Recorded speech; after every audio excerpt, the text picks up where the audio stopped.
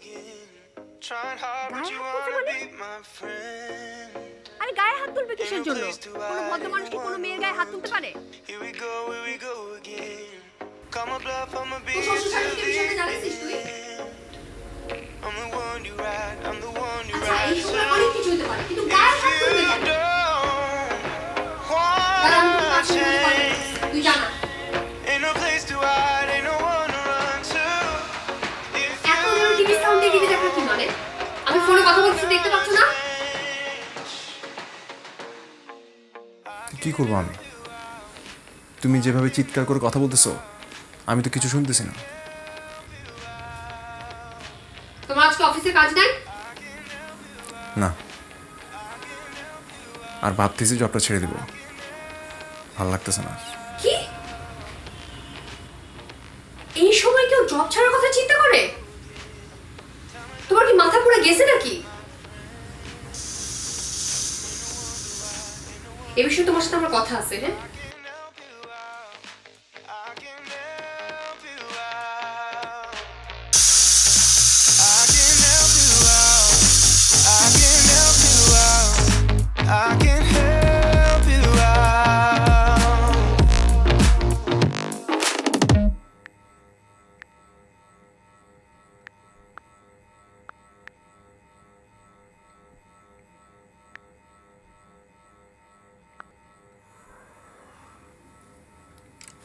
Hello, হ্যাঁ নগদ থেকে টাকা পাঠাইছি, চেক কর। বের করে দিছে মানে? কোথায় তুমি এখন? কেন আম্মা আমি তোমাকে কতবার মানা করছি যে এইসব ভাবির ব্যাপারে কোনো কথা বলতে যাবা না তুমি? কি কারণে যে তুমি ভাবির ব্যাপারে কথা বলো আমি এটাই বুঝি না আম্মা। তার অফিস কলিগ নিয়ে কি করতেছে না করতেছে সেটা তোমার দেখার দায়িত্ব না। ওরা মিটিং করুক যাই করুক তুমি কেন কথা বলতে যাবা? ওদের নিজেদের ভালো যদি নিজেরা না বুঝে তাহলে কেন কথা বলবো আম্মা? তোমাকে আমি বলছি যে তুমি বাসার মধ্যে তোমার নিজের রুমের মধ্যে লক হয়ে বসে থাকো, কোনো দরকার নাই। আম্মা তোমাকে আমি পরে ফোন করতেছি। আস্তে কথা বলবো মানে? ঘটনা একটা ঘটছে দেখতেছো না? কি দেখবো আশ্চর্য, তুমি চিৎকার করতেছ, আশেপাশে মানুষ কি বলে? ও আশেপাশে মানুষ শুনতেছে।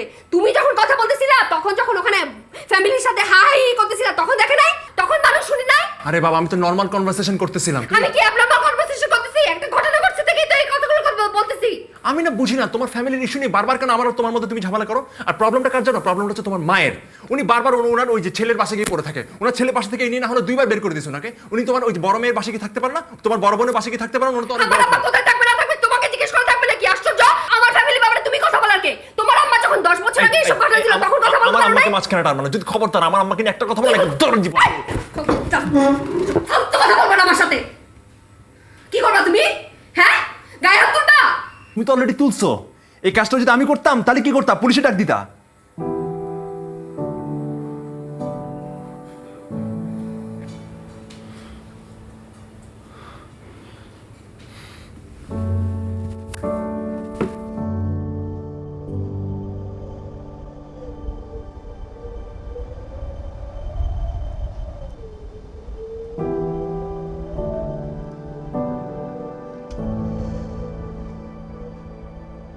Can be a municipality, a neighborhood, a building, or even an industry. And for each of those মা, points, we যা হয়েছে হয়েছে, think of বাদ দেই আমরা এখন।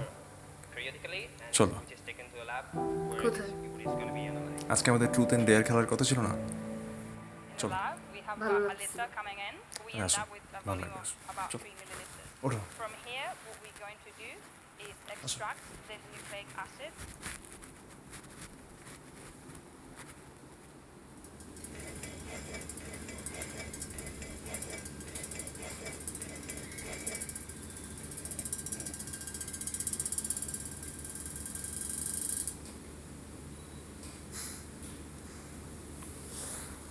Truth or dare? ট্রুথ। আছি মা, তুমি কি এখনো আমাকে আগের মতো ভালোবাসো? আই মিন আগের মতো ইমোশন কি আমার জন্য কাজ করে? ডিয়ার আই নিড অনেস্ট হাগ। অনেক দিন হয়ে গেছে তুমি আমাকে হাগ করো না।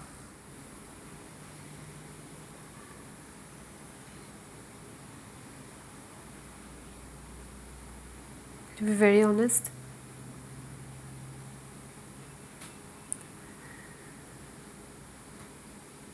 আমার আর আগের মতো ইমোশন কাজ করে না।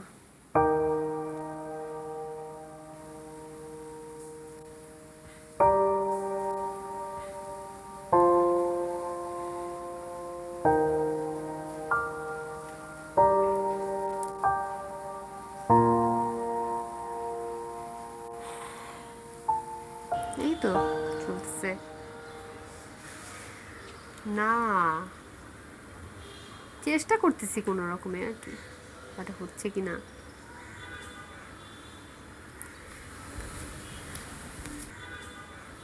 অনেকদিন তো বলছিলাম কিন্তু হলো না তো।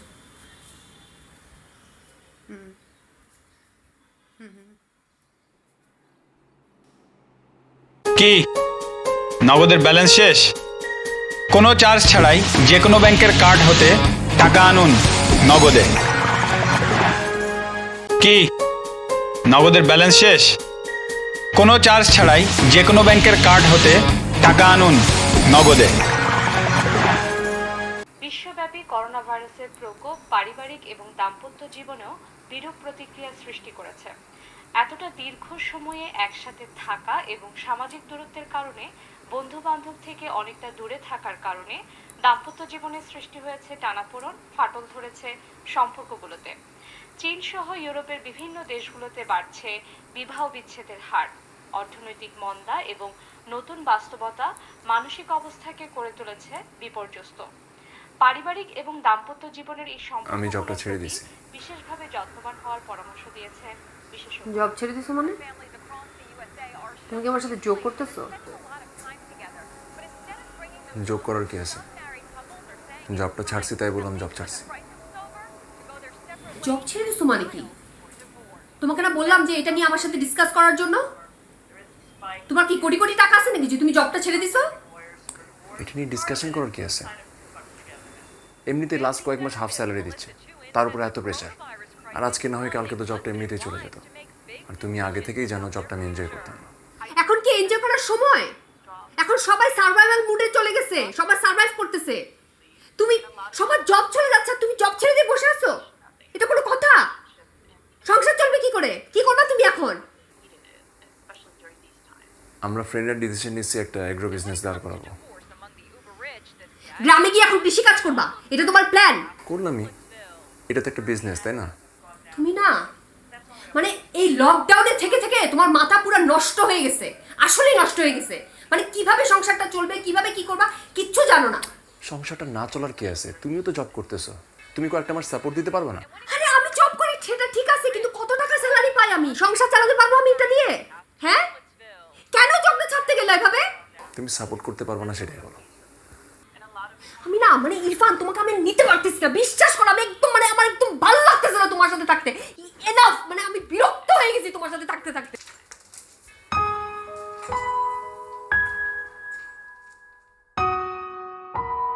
বলছি, বলার পর হ্যাপি রিয়েক্ট করছে। সবাই কি আর তোমার মতো নাকি সব কিছু খুব ইজিলি নিবে? নাথিং চেঞ্জড, অ্যাজ ইউজুয়াল, আগের মতোই। তোমার মন কি বেশি খারাপ? বের হবা? আমি কিন্তু বাসার পাশে আছি, আসতে 1 মিনিট লাগে। সেটা বুঝছি, কিন্তু আজকে না, অন্য আরেকদিন বেরোই। এমনি বাসায় বসে বসে বোর হয়ে গেছি, কিন্তু আজকে বের না হয়, অন্য আরেকদিন। আরে আমি তো এমনিই ডাকলাম তোমাকে বাসা নিচে আসতে। না সেটা ঠিক আছে, বাট আজকে না প্লিজ। কি অবস্থা তোমার সেটা বলো আগে।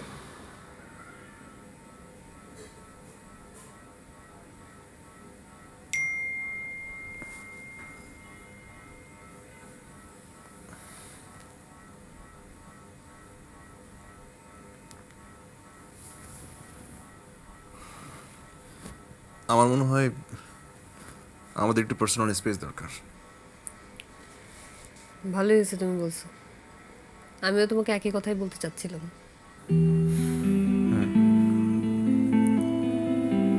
আমি তাহলে পাশের রুমে গেলাম।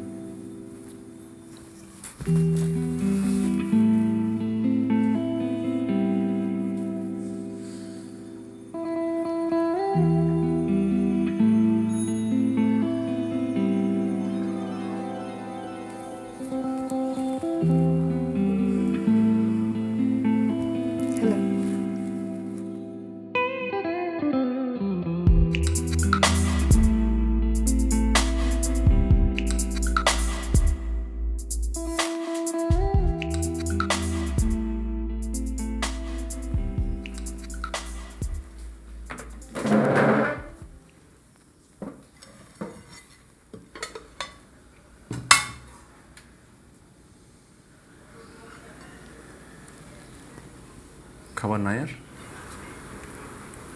না, এটুকুই আছে, রান্না হয়নি আজকে। তো রান্না করবে না আমাকে বলতে? বলার কি আছে? তোমার খিদে লাগলে তুমি রান্না করে খেয়ে নাও, আগেও তো রান্না করছো।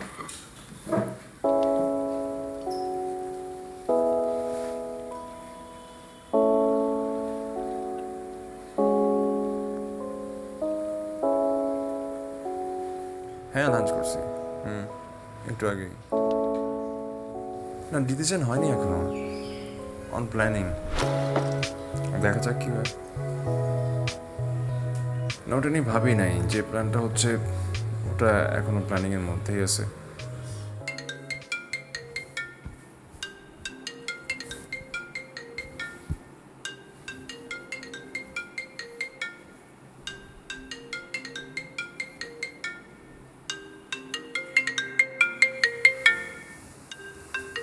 তোমার ফোন।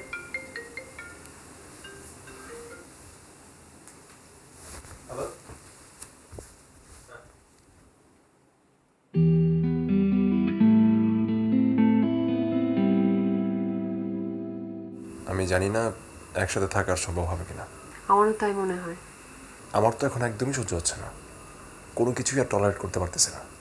আমার আসলে আগের থেকেই সবকিছু অসহ্য লাগতেছে। বুঝতেছি না, তাহলে কি ডিভোর্সের দিকেই যাব? ডিভোর্স ছাড়া তো আমি আর কোনো বেটার সলিউশন দেখি না। ভাবতেও পারি নাই এই করোনার মধ্যে ডিভোর্সের ডিসিশন নিতে হবে। বাবা মা জানলে তারা কি বলবে? এটাও তো একটা প্রেশার। কে কি বলবে না বলবে সেটা নিয়ে আমার আসলে চিন্তা করতে ইচ্ছা করতেছে না। ডিভোর্সই সলিউশন।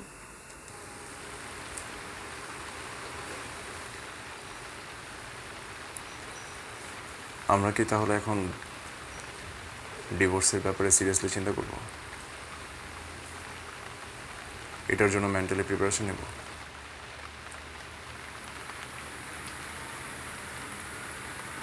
আমার তো মনে হয় সেটাই করা উচিত,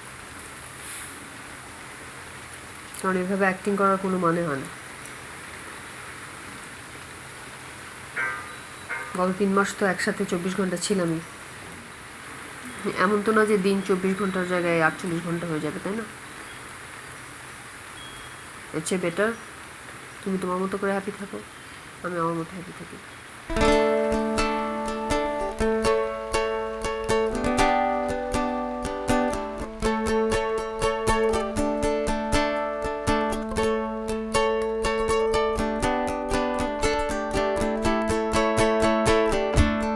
কি বুঝে না বুঝে আমরা চার দেয়ালে এক একটা দিন যেন এক একটা বছর।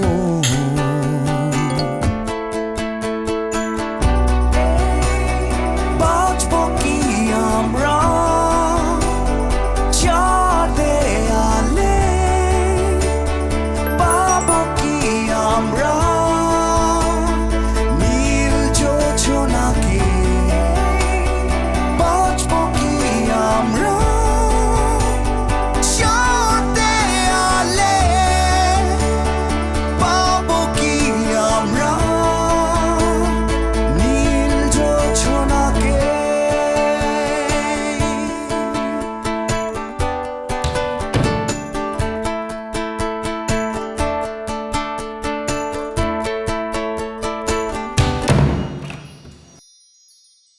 রবি এবং এয়ারটেল গ্রাহকদের নগদে স্বাগতম। নগদ অ্যাপ ডাউনলোড করুন অথবা ডায়াল করুন *167# পিন সেট করে এখনই খুলে ফেলুন নগদ অ্যাকাউন্ট। আমার নগদে সঞ্চয়ে টাকা বাড়ে সবচেয়ে বেশি হারে। আসলে করোনার শুরুর দিকে আমাদের কোনো সমস্যা ছিল না, ঠিকঠাক ছিলাম। ও আমাকে হেল্প করতো, আমি ওকে হেল্প করতাম। কিন্তু ঝামেলাটা শুরু হয়েছে হলো 1 মাস যাওয়ার পরের থেকে। মানে আমি সারা দিন বাসার কাজ করি, অফিসের কাজ বাসায় করি। সারাদিন কাজ করার পরে আমি অনেক টায়ার্ড হয়ে যাই, অনেক, মানে আমি বলে বোঝাতে পারবো না। কিন্তু একটা বারের জন্য এই মানুষটা এসে আমাকে একবার জিজ্ঞেস করে না যে আমার কেমন লাগতেছে, আমার কি টায়ার্ড লাগতেছে, নাকি আমার কিছু খেতে ইচ্ছে করতেছে, নাকি আমার কেমন লাগতেছে, একটা বারের জন্য জানতে চায় না আমি মানুষটা বেঁচে আছি না মারা যাচ্ছি, একটা বারের জন্য এসে জিজ্ঞেস করে না। ও সারাক্ষণ খালি ওর ওর নিজের জগৎ নিয়ে থাকে, ওর নিজের জিনিস চিন্তা করে, সারাক্ষণ নিজের জিনিস চিন্তা করতে থাকে। ইভেন ও এই সময়টাতে এসে ওর জব ছেড়ে দিছে, একটা বারের জন্য আমার সাথে ডিসকাসও করলো না যে জবটা ছেড়ে দিব কি দিব না, অথবা আমাদের সংসারটা কিভাবে চলবে। ও সারাক্ষণ আমার উপরে ডিপেন্ড করে বসে থাকে, আমি সব কিছু ওর জন্য করে যাব। ওর নিজের থেকে ও কি করবে না করবে কিচ্ছু চিন্তা করে না। এমনও হতে পারে যে ওর আরেকটা মেয়ের সাথে রিলেশনশিপে জড়ায় গেছে, আমাদের সম্পর্কটা হয়তো আর টিকেও থাকবে না, ডিভোর্সের পর্যায়ে চলে যাচ্ছে। কিন্তু আমার কথা হচ্ছে আমাকে একবার জিজ্ঞেস করছে যে আমার কিভাবে চলতেছে। আমি লাস্ট 3 মাস ধরে আমার হাফ স্যালারি পাচ্ছি, আমার তো আমার ফিউচার নিয়েও চিন্তা করতে হয়, তাই না? ও যদি এখন আরেকটা রিলেশনশিপে চলে যায় তাহলে আমার কথা হচ্ছে আমার কি হবে, আমার ফিউচারটা কোথায়, আমি কোথায় যাব? আমি আর সবকিছু মিলে এত সাফোকেটিং লাগতেছে, আমি ফ্রাস্ট্রেটেড, আমি টায়ার্ড, আমি কাউকে বলতে পারছি না। আমার মনে হচ্ছে যে আমাদের এই সম্পর্কটা আর টিকে থাকবে, টিকায় রাখা আমার পক্ষে পসিবল হচ্ছে না।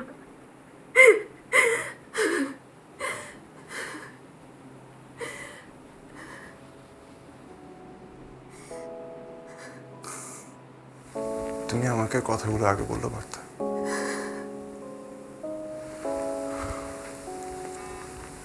আমাকে ভুল বুঝে আসো তুমি। এখন আমি তোমাকে অনেক ভালোবাসি মা।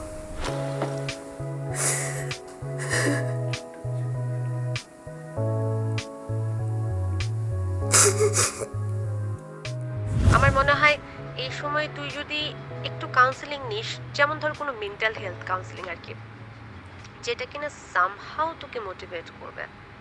আমার পরিচিত একটা আছে, নাম IVM। আমার মনে হয় তুই ওদের হেল্প নিতে পারিস। দাঁড়া, আমি তোকে কন্ট্যাক্ট নাম্বার আর ওয়েব অ্যাড্রেসটা পাঠিয়ে দিচ্ছি, ঠিক আছে?